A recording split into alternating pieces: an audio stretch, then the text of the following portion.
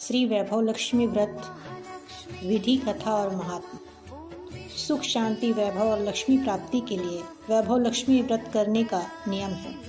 यह व्रत सौभाग्यशाली स्त्रियां करें तो उनका अति उत्तम फल मिलता है, और घर में यदि सौभाग्यशाली स्त्रियां ना हों तो कोई भी स्त्री एवं कुमारिका भी यह व्रत कर सकती है। स्त्री के बदले पुरुष भी यह व्रत करें तो भी उन्हें उत्तम फल की अवश्य प्राप्ति होती है। खिन्न होकर या बिना भाव से यह व्रत नहीं करना चाहिए। यह व्रत किसी भी मास के शुक्ल पक्ष के प्रथम शुक्रवार से आरंभ किया जाता है। व्रत करते समय 11 या 21 शुक्रवार का संकल्प करना चाहिए और बताई गई शास्त्रीय विधि के अनुसार ही व्रत करना चाहिए। संकल्प के अनुसार शुक्रवार पूरे होने पर विधि पूर्वक उसका उद्यापन भी करना चाहिए। माता लक्ष्मी देवी के अनेक स्वरूप हैं, उनमें उनका धन लक्ष्मी स्वरूप ही वैभव लक्ष्मी है और माता लक्ष्मी को श्रीयंत अति प्रिय है। व्रत करते समय माता लक्ष्मी के विविध स्वरूप तथा श्री गज लक्ष्मी, श्री अधिलक्ष्मी, श्री विजय लक्ष्मी और श्री ऐश्वर्य लक्ष्मी, वीर लक्ष्मी, श्री धान्य लक्ष्मी एवं श्री संतान लक्ष्मी तथा श्रीयंत को प्रणाम करना चाहिए। व्रत के दिन अधिक से अधिक जय माँ लक्ष्मी का मन ही मन उच्चारण या स्मरण करना चाहिए। शुक्रवार के दिन यदि आप प्रवास या यात्रा पर गए हों तो वह शुक्रवार छोड़कर उनके बाद के शुक्रवार को व्रत करना चाहिए, अर्थात व्रत अपने ही घर में करना चाहिए। कुल मिलाकर जितने भी शुक्रवार का संकल्प किया हो उतने शुक्रवार पूरे करने चाहिए। घर में सोना ना हो तो चांदी की चीज़ पूजा में रखनी चाहिए, अगर वह भी ना हो तो नगद रुपया रखना चाहिए। माता का विधि विधान से पूजन कर इस प्रकार कथा पढ़ें अथवा सुनें। वैभव लक्ष्मी व्रत की कथा इस प्रकार से है। एक बड़ा शहर था। इस शहर में लाखों लोग रहते थे। पहले के ज़माने के लोग साथ साथ रहते थे और एक दूसरे के काम आया करते थे, पर नए ज़माने के लोगों का स्वरूप ही अलग सा है। सब अपने अपने काम में व्यस्त रहते हैं, किसी को किसी की परवाह नहीं होती। घर के सदस्यों को भी एक दूसरे की परवाह नहीं रहती।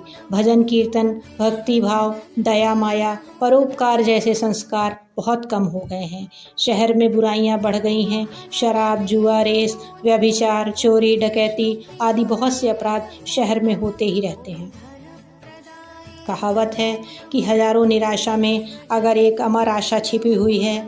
इसी तरह इतनी सारी बुराइयों के बावजूद शहर में कुछ अच्छे लोग भी रहते हैं। ऐसे अच्छे लोगों में शीला और उनके पति की गृहस्थी मानी जाती है। शीला धार्मिक प्रकृति की और संतोषी थी। उनका पति भी विवेकी और सुशील था। शीला और उनका पति ईमानदारी से जीते थे। वे किसी की बुराई ना करते थे और प्रभु भजन में अच्छी तरह समय व्यतीत कर रहे थे। उनकी गृहस्थी आदर्श गृहस्थी थी और शहर के लोग उनकी गृहस्थी की सराहना करते थे। शीला की गृहस्थी इसी तरह खुशी खुशी चल रही थी, पर कहा जाता है कि कर्म की गति अकल है। विधाता के लिखे लेख को कोई नहीं समझ सकता।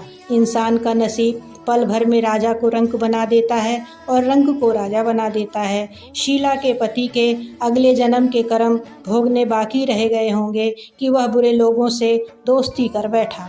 वह जल्दी से जल्दी करोड़पति होने के ख्वाब देखने लगा, इसलिए वह गलत रास्ते पर चल पड़ा और करोड़पति बनने के बजाय वह रोडपति बन गया, यानी कि रास्ते पर भटकते भिखारी जैसी उसकी स्थिति हो गई थी। शहर में शराब, जुआ, रेस, चरस, गांजा आदि सभी बुरी बुराइयां फैली हुई थीं और उसमें शीला का पति भी फंस गया।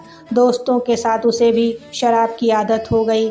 जल्दी से जल्दी पैसे वाला बनने की लालच में दोस्तों के साथ रेस, जुआ भी खेलने लगा। इस तरह बचाई हुई धनराशि, पत्नी के गहने, सब कुछ रेस जुए में वह गंवा बैठा था।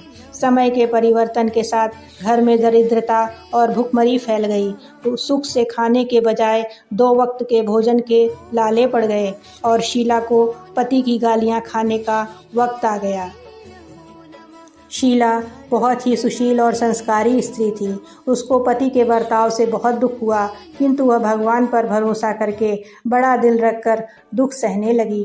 कहा जाता है कि सुख के पीछे दुख और दुख के पीछे सुख आता ही है, इसलिए दुख के बाद सुख आएगा ही। ऐसी श्रद्धा के साथ शीला प्रभु भक्ति में लीन रहने लगी। इस तरह शीला असह्य दुख को सहते सहते प्रभु भक्ति में वक्त बिताने लगी। अचानक एक दिन दोपहर में उसके द्वार पर किसी ने दस्तक दी। शीला सोच में पड़ गई कि मुझ जैसे गरीब के घर इस वक्त कौन आया होगा, फिर भी द्वार पर आए हुए अतिथि का आदर तो करना ही चाहिए। ऐसा आर्य धर्म के संस्कार वाली शीला ने खड़े होकर द्वार खोला। देखा तो एक माँ जी खड़ी हैं। वे बड़ी उम्र की लगती थीं, किंतु उनके चेहरे पर अलौकिक तेज निखर रहा था।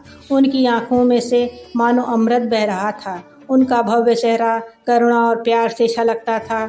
उनको देखते ही शीला के मन में अपार शांति छा गई। वैसे शीला इस माँ जी को पहचानती नहीं थी, फिर भी उनको देखकर शीला के रोम रोम में आनंद छा गया। शीला माँ जी को आदर के साथ घर में ले आई। घर में बिठाने के लिए कुछ भी नहीं था, अतः शीला ने सकुचा कर एक फटी हुई चादर पर उनको बिठाया। माँ जी ने कहा, क्यों शीला, मुझे पहचाना नहीं? शीला ने सकुचा कर कहा, माँ, आपको देखते ही बहुत खुशी हो रही है, बहुत शांति हो रही है।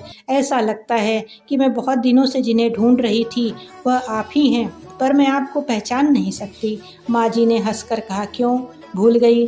हर शुक्रवार को लक्ष्मी जी के मंदिर में भजन कीर्तन होते हैं, तब मैं वहाँ पर आती हूँ। वहाँ हर शुक्रवार को हम मिलते हैं। पति गलत रास्ते पर चढ़ गया, तब से शीला बहुत दुखी हो गई थी और दुख की मारी वह लक्ष्मी जी के मंदिर में भी नहीं जाती थी। बाहर के लोगों के साथ नज़रें मिलाते हुए भी उसे शर्म लगती थी। उसने याददाश्त पर जोर दिया, पर वह माँ जी याद नहीं आ रही थी।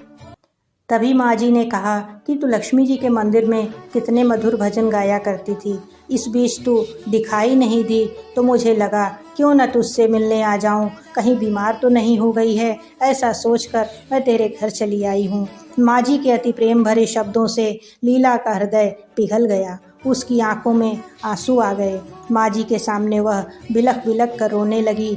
यह देखकर माँ जी ने शीला को नज़दीक लाकर उसकी सिसकती पीठ पर प्यार भरा हाथ फेर कर सांत्वना दी। माँ जी ने कहा कि बेटी, सुख और दुख तो धूप छांव जैसे होते हैं, धैर्य रखो बेटी। और तुझे परेशानी क्या है?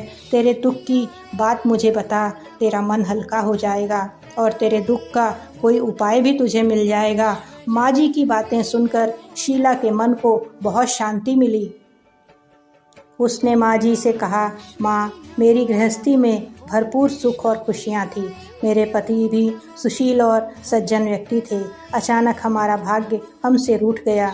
मेरे पति बुरी संगत में फंस गए और बुरी आदतों का शिकार हो गए तथा अपना सब कुछ गंवा बैठे हैं तथा हम रास्ते के भिखारी जैसे बन गए हैं। यह सुनकर माँ जी ने कहा, ऐसा कहा जाता है कि कर्म की गति न्यारी होती है। हर इंसान को अपने कर्म भुगतने ही पड़ते हैं, इसलिए तू चिंता मत कर। अब तू कर्म भुगत चुकी है, अब तुम्हारे सुख के दिन अवश्य आएंगे। तू तो माँ लक्ष्मी जी की भक्त है। माँ लक्ष्मी जी तो प्रेम और करुणा की अवतार हैं। वह अपने भक्तों पर हमेशा ममता रखती हैं, इसलिए तू धैर्य रखकर माँ लक्ष्मी जी का व्रत कर, इससे सब कुछ ठीक हो जाएगा। माँ लक्ष्मी जी का व्रत करने की बात सुनकर शीला के चेहरे पर चमक आ गई। उसने पूछा, माँ, लक्ष्मी जी का व्रत कैसे किया जाता है, वह मुझे समझाइए, मैं यह व्रत अवश्य करूँगी। माँ जी ने कहा, बेटी, माँ लक्ष्मी जी का व्रत बहुत ही सरल है। उसे वरद लक्ष्मी व्रत या वैभव लक्ष्मी व्रत भी कहा जाता है। यह व्रत करने वाले की सब मनोकामना पूर्ण होती है। वह सुख संपत्ति और यश प्राप्त करता है। ऐसा कहकर माँ जी ने वैभव लक्ष्मी व्रत की विधि बताई। बेटी, वैभव लक्ष्मी व्रत तो वैसे तो बहुत ही सरल है, किंतु कई लोग यह व्रत गलत तरीके से भी करते हैं, अतः उसका फल नहीं मिलता। कई लोग कहते हैं कि सोने के गहने की हल्दी कुमकुम से पूजा करो, बस व्रत हो गया, पर ऐसा नहीं है। कोई भी व्रत शास्त्रीय विधि से ही करना चाहिए। तभी उसका पूरा फल मिलता है। सच्ची बात तो यह है कि सोने के गहनों का विधि से पूजन करना चाहिए। व्रत की उद्यापन विधि भी शास्त्रीय विधि से ही करना चाहिए। यह व्रत शुक्रवार के दिन करना चाहिए। प्रातःकाल स्नान करके स्वच्छ कपड़े पहनो और सारा दिन माता लक्ष्मी की मन ही मन जाप करते रहो। किसी की चुगली नहीं करनी चाहिए। शाम को पूरब दिशा में मुख करके आसन पर बैठ जाओ। सामने पटा रखकर उस पर रूमाल रखो। रूमाल पर चावल का छोटा सा ढेर करो और उस पर पानी से भरा तांबे का कलश रखकर कलश पर एक कटोरी रखो। उस कटोरी में एक सोने का गहना रखो। सोने का ना हो तो चांदी का भी चलेगा, चांदी का ना हो तो नकद रुपया भी चलेगा। बाद में घी का दीपक जलाकर अगरबत्ती जला लो। और माँ लक्ष्मी के बहुत सारे स्वरूप हैं और माँ लक्ष्मी जी को श्रीयंत्र अति प्रिय है। अतः वैभव लक्ष्मी में पूजन विधि करते वक्त सर्वप्रथम श्रीयंत्र और लक्ष्मी जी के विविध स्वरूपों का सच्चे दिल से दर्शन करो। उसके बाद लक्ष्मी स्तवन का पाठ करो। बाद में कटोरी में रखे हुए गहने या रुपए को हल्दी कुमकुम और चावल चढ़ाकर पूजा करो और लाल रंग का फूल चढ़ाओ। शाम को कोई मीठी चीज़ बनाकर उसका प्रसाद रखो। ना हो सके तो शक्कर या गुड़ भी चल सकता है। फिर आरती करके 11 बार सच्चे हृदय से जय माँ लक्ष्मी बोलते रहो। बाद में 11 या 21 शुक्रवार यह व्रत करने का दृढ़ संकल्प मन में करो। माता के सामने अपनी जो भी मनोकामना हो वह पूरी श्रद्धा से और भक्ति से उनके सामने प्रकट करो और माँ लक्ष्मी जी से विनती करो। फिर माँ का प्रसाद बांट दो और थोड़ा प्रसाद अपने लिए रख लो। अगर आप में शक्ति हो तो सारा दिन उपवास रखो या फिर सिर्फ प्रसाद खाकर शुक्रवार का व्रत करो। ना शक्ति हो तो एक बार शाम को प्रसाद ग्रहण करते समय खाना खा लो। अगर थोड़ी शक्ति भी ना हो तो 2 बार भोजन कर सकते हो। बाद में कटोरी में रखा गहना या रुपया ले लो। कलश का पानी तुलसी की क्यारी में डाल दो और चावल पक्षियों को डाल दो। इस तरह शास्त्रीय विधि से व्रत करने से उनका पूर्ण फल अवश्य प्राप्त होता है। इस व्रत के प्रभाव से सब प्रकार की विपत्ति दूर होकर आदमी माला माल हो जाता है। संतान न हो तो संतान की प्राप्ति होती है। सौभाग्यवती स्त्री को सौभाग्य अखंड रहता है। कुमारी लड़की को मन भावन पति मिलता है। शीला यह सुनकर आनंदित हो गई। फिर पूछा, माँ, आपने वैभव लक्ष्मी व्रत की जो शास्त्रीय विधि बताई है वैसे ही मैं उसे करूँगी, किंतु उसकी उद्यापन विधि किस तरह करनी चाहिए यह भी कृपा करके मुझे बतलाइए। माँ जी ने कहा, 11 या 21 बार जो भी मन्नत मानी हो उतने शुक्रवार यह वैभव लक्ष्मी व्रत पूरी श्रद्धा और भावना से करना चाहिए। व्रत के आखिरी शुक्रवार को खीर का नैवेद्य रखो। पूजन विधि हर शुक्रवार को करते हैं वैसे ही करनी चाहिए। व्रत के प्रभाव से शीला का पति अच्छा आदमी बन गया और कड़ी मेहनत करके व्यवसाय करने लगा। उसने तुरंत शीला के गिरवी रखे गहने भी छुड़ा लिए। घर में धन की वृद्धि हुई। घर में पहले जैसी सुख शांति छा गई। वैभव लक्ष्मी व्रत का प्रभाव देखकर मोहल्ले की दूसरी स्त्रियां भी विधिपूर्वक वैभव लक्ष्मी व्रत करने लगीं। जय माता वैभव लक्ष्मी की।